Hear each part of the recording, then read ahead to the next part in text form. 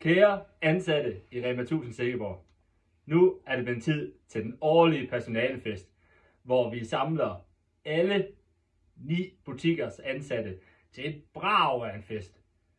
Vi bliver op mod 400, der kan være med til den her fest. Festen den kommer til at være mega fed. Vi kommer til at have nogle kåringer af årets ungearbejder og årets medarbejdere i de forskellige butikker. Udover det, så vil det være forskellige indlæg omkring Rema 1000 og hvordan det går med vores butikker her i Silkeborg. Der vil være mad, og der vil være masser af drikke. Og når vi er færdige med alt det, så skal vi holde en ordentlig fest med live musik, og vi får DJ og så videre.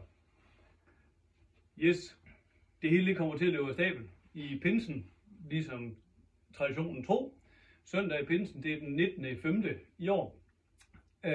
Det kommer til at være fra 16.30 til 01.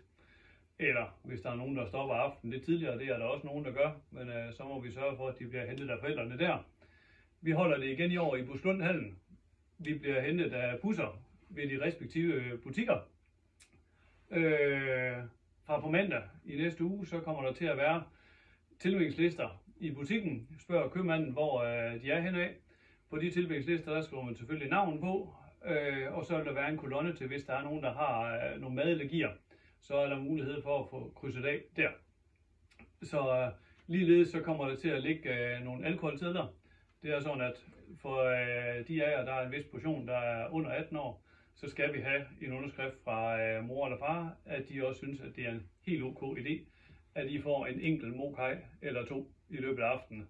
Så sørg lige for at få skrevet under på dem derhjemme, og så få dem afleveret i butikkerne. Ja, og grunden til, at mig og Jimmy har det her fantastisk flot tøj på, det er jo, at vi gentager succesen fra sidste år og holder gala-tema. Så find jeres flotteste tøj frem, kjoler, jakkesæt og hvad I nu kan finde på. Og så ses vi bare til en brav af fest den 19.5. Vi ses!